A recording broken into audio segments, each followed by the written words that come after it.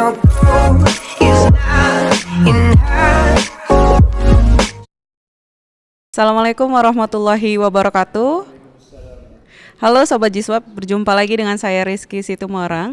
Di episode kali ini kita akan membahas mengenai bersihkan hati dan harta dengan bersedekah. Sudah hadir narasumber kita di studio DPF TV.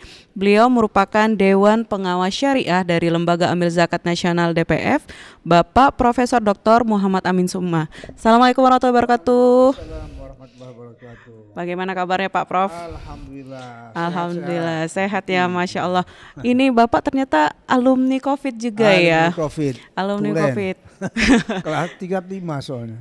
Kenapa Prof? Tingkat 5. Tingkat 5? Iya. Oh, emang ada ya 5 Prof? tingkat itu. Oke, tapi kelihatannya sekarang alhamdulillah sudah sehat Ya, bugar ya alhamdulillah. Profesor. Mudah-mudahan minimal kembali seperti sebelum terkena COVID. Amin, amin ya rabbal alamin. Baik Profesor, Rizky mau mengucapkan terima kasih sudah hadir di studio DWF TV. Di episode kali ini kita akan membahas mengenai bersihkan hati dan harta dengan bersedekah. Iya. Sebelum kita berbicara tentang sedekah, sebenarnya konsep harta di dalam Islam itu seperti apa sih Prof? Barangkali bisa dijelaskan kepada Sobat Jiswab di Terima DPF kasih. TV. Izin 1 menit Mbak Kiki ya, sebelum menyinggung soal harta, izinkan saya memulai dari struktur anggota tubuh kita ini. Ada ungkapan yang sudah disepakati oleh ilmuwan-ilmuwan beragama pada umumnya dan ilmuwan muslim pada khususnya, yang menyatakan al-insu atau al-insanu mukawwanun minal jasadi wal aqli war ruhi. Artinya komponen organ tubuh kita ini itu terbentuk atas 3 unsur ya, unsur utama.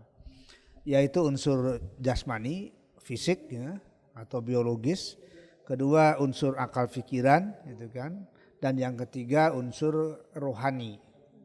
Ini tiga komponen ini kalau ada salah satunya yang tidak bersih itu akan pincang. Harta itu harus bersih ya, karena dia merupakan salah satu unsur kaitannya dengan unsur kita sebagai makhluk biologis. Makhluk biologis memerlukan asupan yang bersifat material, dalam hal ini harta gitu kan khususnya. Nah, lalu bagaimana harta ini dalam Islam? Ini dalam Al-Quran kata al-mal, jamaknya al-ambal, itu disebut sekitar 86 kali. Bayangkan ini betapa pentingnya urusan harta di dalam kehidupan umat manusia, sehingga Al-Quran sebagai sumber utama dan pertama bagi kita yang beragama Islam mengedepankan konsep al-ambal atau al-mal ini sampai 86 kali itu penyebutannya. 86 kali ya Prof? Tersebar di beberapa surat dan puluhan ayat. Itu salah satu indikatornya. Gitu ya, jadi memang ada 86 kali di dalam Al-Quran disebutkan tadi tentang harta. Iya. Jadi kalau dikaitkan dengan tadi 3, tadi kan ada jasmani, Iya. ada ruhiyah ya, akal pikiran, terus rohani. Iya. Yang kedua jasmani ya Prof ya. Iya. Jadi apa kaitan harta dengan ketiga aspek tersebut nih Prof? Kaitan harta itu tadi saya katakan, harta ini kaitan terutama dengan jasmani kan. Kita nggak mengonsumsi harta ya nggak bisa hidup. Karena itu kita butuh makan, butuh minum, butuh pakaian, tempat tinggal dan lain sebagainya. Dengan akal pikiran orang akan fokus kepada harta kekayaan ini karena mereka memiliki perasaan, disebutnya itu hubbud dunya ya. Cinta kepada dunia. Cinta pada dunia. Bahkan kadang-kadang banyak orang yang gelap mata gitu ya. Apalagi di era kekinian ini. Maaf, dikit-dikit orang ribut gara-gara ekonomi atau khususnya harta. Dikit-dikit orang lalu dia terlibat dengan perjudian. Itu urusan harta juga kan.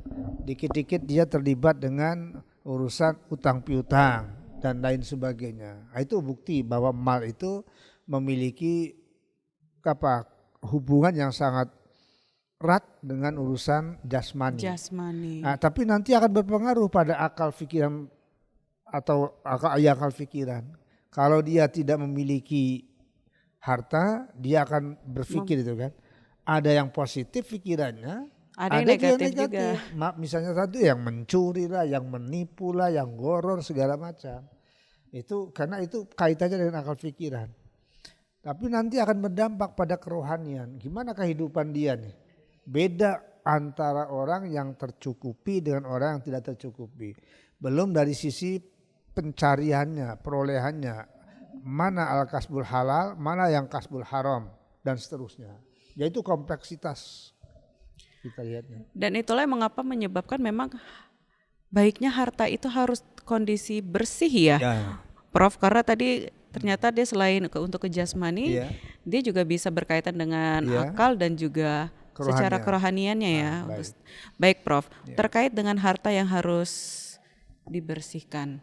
Kan ini sesuai dengan tema kita, bersihkan hartamu dengan sedekah. Itu konsepnya bagaimana pula tuh Prof? Konsepnya paling tidak dunia ekonomi mengajarkan kepada kita kan ada 3 komponen ya usaha ekonomi itu. Ada komponen produksi, ada komponen distribusi, dan ada komponen konsumsi. Dalam ajaran agama Islam, ini tiga proses perekonomian ini harus mengedepankan konsep halalan thayyiban ya. Mulai dari produksi maupun distribusi sampai kepada konsumsi itu tadi. Yang produksi yang mana misalnya? Kita ambil satu contoh kecil di zaman Rasulullah SAW, itu pengairan itu ditata sedemikian rupa walaupun belum ada dikenal irigasi seperti yang sekarang ya.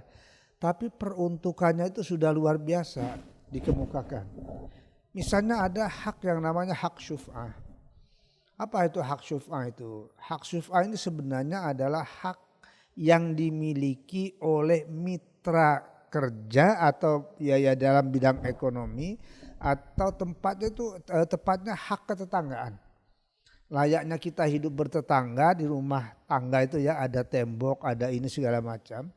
Karena menurut konsep hadis itu kita tidak diperkenankan membuat tembok rumah itu melampaui yang lain tanpa seizin dia. Kalau sekarang izin lingkungan gitu-gitu begitu ya. Itu artinya saya ingin mengatakan sudah serap mungkin di zaman Rasul juga teorinya itu, walaupun rumahnya gedung-gedung belum ada. Nanti si tetangga ini dengan hak syuf'ah tadi itu dia memiliki hak untuk misalnya menjemur, kalau dibahasakan Nabi itu dia menyandarkan kayu bakarnya bisa di tempatnya itu. Ya tentu dengan etika-etika tersendiri. Itu contoh. Nah kemudian dalam hal distribusi, kan harta ini ada orang yang kaya, ada orang yang miskin, ada kelas menengah dan sebagainya ya. Nah harta kekayaan ini harus terdistribusikan secara adil. Boleh banyak orang miskin, tapi kan ada juga orang kaya. Enggak boleh si miskin ini menderita gara-gara si kaya tidak pernah memberikan sebagian hartanya. Disinilah hadir. Ada konsep wakaf, ada konsep zakat, ada konsep infak, ada konsep sedekah. Kalau dalam dunia konvensional ada CSR dan lain sebagainya. Jadi ini sebenarnya kalau kita lihat di ajaran Islam ini, saya selalu membandingkan dia lebih banyak jenisnya dibanding dengan komponen-komponen dana sosial yang harus tersampaikan kepada yang berhak menerima manfaatnya itu. Itu dari sisi distribusi. Bagaimana dengan konsumsi? Ya karena manusia itu membutuhkan ekonomi, khususnya sandang pangan dan lain sebagainya, maka distribusinya pun harus mengenali yang halal itu tadi. Jadi mulai dari produksi, distribusi sampai kepada konsumsi. Ada yang halal, ada yang haram, ada yang makruh dan lain sebagainya. Nah itu yang saya katakan tadi, mulai dari distribusi, mulai dari produksi, distribusi sampai kepada konsumsi harus mengenali asas-asas halalan thayyiban itu tadi. Dan itu tadi ya salah satu proses pembersihan harta tadi ya, Profesor ya. Baik. Iya. Nah, kalau dikaitkan dengan membersihkan hati itu bagaimana pula itu, Oh iya. Profesor? Jadi hati itu kan tempatnya niat nih. Ada hadis dari Umar bin Khattab radhiyallahu anhu, beliau mengatakan begini, sami'tu Rasulullah sallallahu alaihi wasallam yaqul, innamal a'malu binniyati. Aku dengar, kata Umar bin Khattab, Rasulullah SAW bersabda, sesungguhnya semua amal perbuatan itu membutuhkan niat. Itu sepakat ulama. Apa dia ulama tafsir, ulama hadis, ulama fikih, dan lain sebagainya. Di mana tempat niat itu adanya? Tempat niat di dalam hati. Nah, itu sepakat juga semuanya ulama. Yang berbeda itu apakah kalau kita mau melakukan suatu perbuatan, katakanlah menyampaikan zakat itu ya, menyerahkan infak, menyerahkan sodako, apakah itu harus kita lafalkan bentuk niatnya itu atau cukup dalam hati? Ini perbedaannya di sini, bahwa itu niat dalam hati semuanya sepakat. Nah, bagaimana ini kaitannya dengan supaya hati itu tadi menjadikan hal yang baik terhadap harta ini? Harus ikhlas. Jadi niatnya itu niat ikhlas yang murni betul semata-mata karena Allah Subhanahu wa taala. Biasanya semakin orang ini mau bersedekah dia, baik dalam bentuk wakaf maupun dalam bentuk zakat, terutama juga bentuk infak dan sedekah, itu insya Allah taala hati dia ini akan bersih pula. Artinya bersih apa? Bersih dari riya, bersih dari kikir, bersih dari misalnya memanfaatkan amalnya itu untuk hal-hal yang kalau bahasa sekarang pencitraan. Kalau dalam bahasa agama riya. Jadi 3 penyakit ini harus tersingkirkan. Nah, insya Allah orang yang gemar melakukan sedekah, melakukan zakat, melakukan infak itu, ya kecuali tadi saya katakan orang-orang tertentu yang memang dia nawaitunya untuk pencitraan atau untuk riya itu tadi. Tapi kalau dalam ajaran Islam itu harus dibuang jauh-jauh. Kan mubazir saja atau sayang-sayang sudah mengeluarkan uang umpamanya 2,5% kalau zakat tuh, atau infak berapa, apalagi kalau wakaf begitu kan. Tapi di sininya di hatinya itu memang ada motivasi untuk pencitraan. Mohon maaf misalnya mungkin ya kalau boleh saya contohkan umpamanya keinginan dia menyampaikan sesuatu ada imbal jasanya dari sekian banyak orang. Nah ini jelas ini. Padahal itu adalah disuruh infak dan sodako itu tulus. Karena memang itu sebenarnya bukan milik dia tapi milik orang lain yang ada melalui kita. Melalui dompet kita, melalui rekening dia, rekening kita. Tapi itu miliknya, pemiliknya adalah mustahik itu tadi. Nah itulah kenapa niat harus ikhlas. Dan itu pula lah yang menjadikan ketika kita bersedekah itu jadi lebih lapang, tidak ada perasaan-perasaan yang seperti tidak ada terbebani sesuatu gitu ya, Iya. Prof ya. Karena tadi niatnya yang Iya, ikhlas betul. ya. Jadi Karena memang ya. Oke, lanjut Karena Prof. di Quran tuh dikatakan la tubtilu sodakotikum bil manni wal adza. Tatkala Anda orang-orang beriman atau orang-orang muslimah memberikan satu bentuk sodakoh dalam konteksnya yang manapun, jangan Anda nodai atau jangan Anda batalkan itu kan dengan bil manni wal adza. Manni itu menyebut-nyebut. Wah, bentar-bentar buka, wah kamu itu kalau enggak saya beasiswai ya. Wah kamu itu kalau saya enggak kasih zakat enggak bakal bisa begini-begini. Wal adza ya, atau dia dibuat tidak nyaman. Misalnya mengasihkannya dalik sambil dilempar umpamanya, atau umpamanya sambil dibentak-bentak, dimaki-maki dan lain sebagainya.